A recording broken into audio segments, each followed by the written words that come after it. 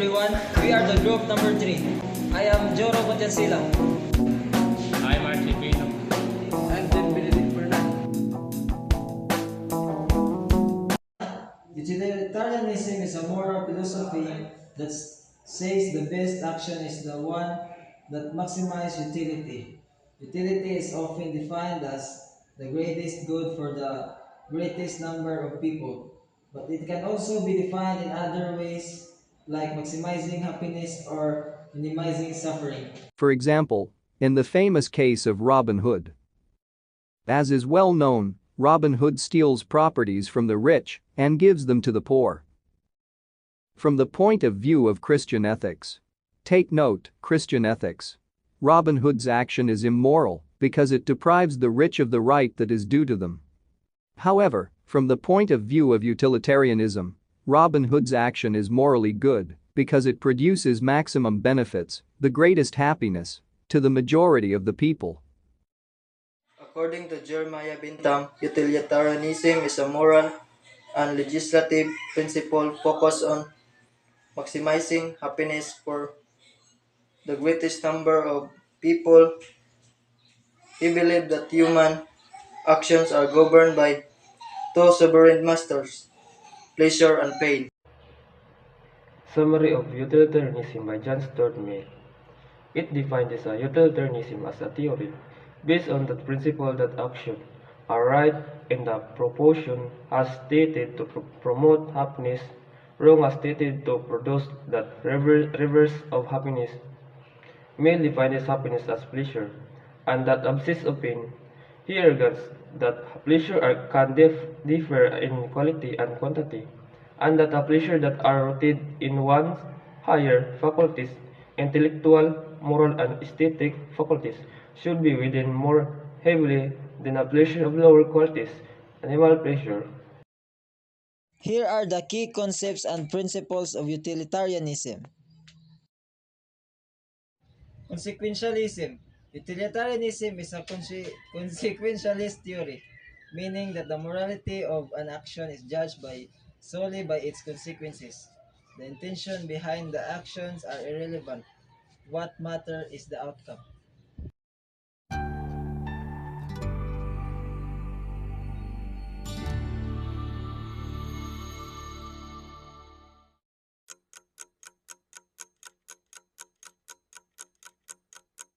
It's wrong to kill an innocent person, but is it always wrong? Are there some moral rules that should never be broken? Or is morality ultimately about doing whatever has the best consequences, even if that means breaking the supposed rules? There are two approaches to moral theory that answer these questions very differently.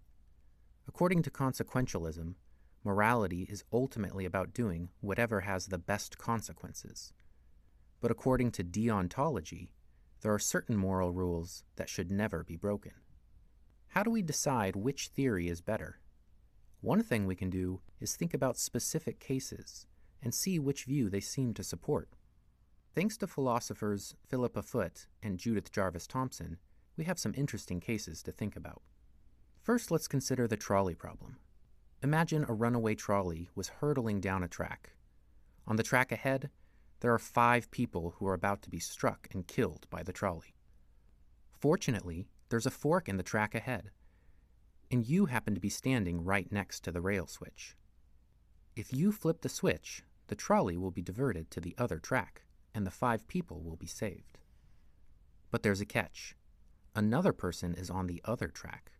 So by diverting the trolley and saving the 5 people, you'll be killing an innocent person. Should you pull the lever and kill 1 to save 5? This is a tough question, but most people say that the right thing to do is to pull the lever. Why? Well, it has the better consequence. It's better that 5 live and 1 dies, rather than 1 lives and 5 dies. So this case seems to support consequentialism.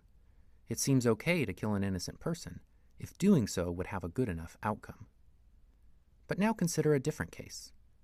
Imagine you're the world's greatest surgeon, and you have 5 patients with organ failure. If they do not get transplants today, they'll die. You also have another patient. He came in for his yearly checkup, and as luck would have it, it turns out he's a perfect match for your 5 dying patients. You realize that you could kill this patient and use his organs to save your 5 other patients. Should you do it? Of course not. This appears to be a case where you should not kill one in order to save 5. So this seems to support deontology. It appears that there are some moral rules that you should never break, even if doing so would result in more lives saved. We've barely scratched the surface of how to understand these different approaches to moral theory, and there are many different nuanced versions of consequentialism and deontology, and there are other moral theories as well. But for now, if you think that morality is ultimately about doing whatever produces the best outcome, you might be a consequentialist.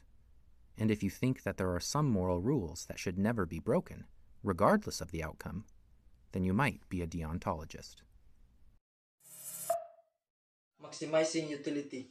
The core principle is to maximize overall happiness or well-being. This doesn't mean every single person gets what they want. It means the best overall outcome for everyone considered. Impartiality. Utilitarianism demands impartiality.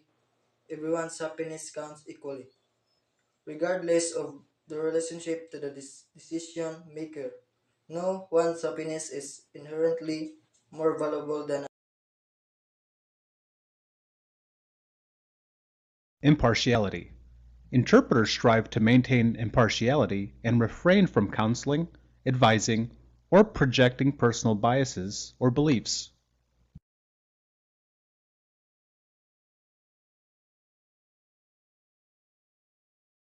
I'm afraid your condition has so many complications that I have to suggest an abortion. Otherwise, we're risking either your life or the baby's.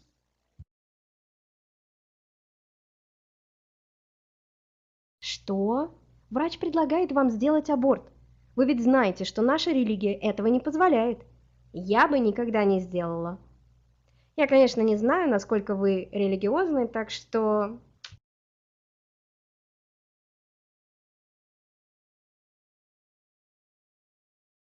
I'm afraid your condition has so many complications that I have to suggest an abortion. Otherwise, we're risking either your life or the baby's. Боюсь, в вашей ситуации столько осложнений, что я вынужден предложить вам аборт. В противном случае мы рискуем либо вашей жизнью, либо жизнью ребенка. Aggregation utilitarianism involves aggregating the consequence for all individuals affected by an action that a total amount of happiness or well-being is what matters, not just the happiness of select few. What does aggregation explain with example? Aggregation. Aggregation is a way of composing different abstractions together in defining a class. For example, a car class can be defined to contain other classes such as engine class, seat class, wheels class, etc. Other examples of aggregation are a window class containing menu class, checkbox class, etc. Utilitarianism often associated, but not always essential. Many utilitarian theories equate utility with the pleasure of happiness, wherever some forms of utilitarianism focus on other things like preference, satisfaction, or overall well-being, even if it does involve a pleasure.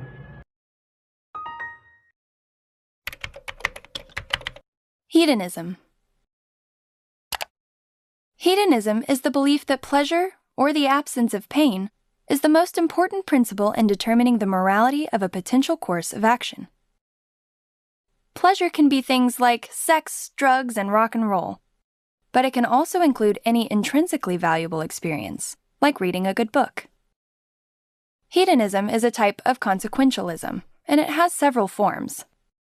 For example, normative hedonism is the idea that pleasure should be people's primary motivation.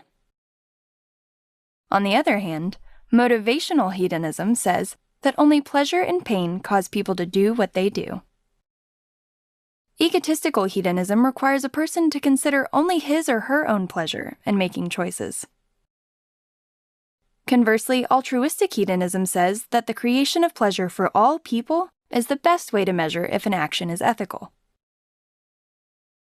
Regardless of the type of hedonism, critics fault it as a guide for morality because hedonism ignores all other values, such as freedom or fairness, when evaluating right and wrong. Here are the different types of utilitarianism. Acts utilitarianism. This focuses on the consequences of individual actions. Each action should be evaluated based on whether it maximizes utility in that specific situation. Utilitarianism is based on the principle of utility, which states that we should always seek the greatest balance of good over evil. This means that the greatest pleasure for the greatest number should always be the desired outcome, and that we should always try and diminish the pain for the smallest number of people. However, there is some confusion over whether good equals pleasure. Pleasure is calculated using the hedonic calculus, which uses a variety of variables to find the amount of pleasure an action creates, which is measured in hedons. There are many examples of act utilitarianism in society, such as the business world, with the use of cost-benefit analysis. Ford used this to make the decision to not recall Ford Pintos, even though they were dangerous, because this would make their profits smaller. However, this isn't an example of true act utilitarianism, because act utilitarianism is based around pleasure, not profits. However, in our political landscape, we do find examples of act utilitarianism, and in our justice system as well, such as we've decided to have free education, which leads to a huge amount of pleasure for Role utilitarianism. This focuses on the consequences of following rules. We should follow that rules, if generally followed, would maximize overall utility. This attempts to address some problems with act utilitarianism, such as potential inconsistency. And no one should ever look to break the rule, no matter what personal gain they might get. The rules must be obeyed no matter what. But then rule utilitarianism runs into its own problems. What problems? Let's suppose we create a rule. You should never lie. The majority have decided this is a rule as they feel people should always be honest. Let's say one day an innocent person runs into your house. A few minutes later you get a knock at the door and there's a psycho standing there. He wants to kill the innocent person and asks if they're in your house. If rule utilitarians have said you can never lie, you then have to say yes to the psycho and let him kill the innocent person. Do you think it's right in this situation to tell the truth? No, I don't. Well then, rule utilitarianism can't work all the time. Well, why don't we take a soft rule utilitarian approach and we say that we generally keep to the rules but break them when it's necessary? But that is basically act utilitarianism, as you are judging by each actions, and although a rule may be in place, you can break it when you think it's the right action. Yeah, I suppose. So I don't think that can... Preference. Utilitarianism. This focuses on the satisfying people's preference rather than solely on maximizing pleasure or happiness. This addresses concern about subjective measures of happiness.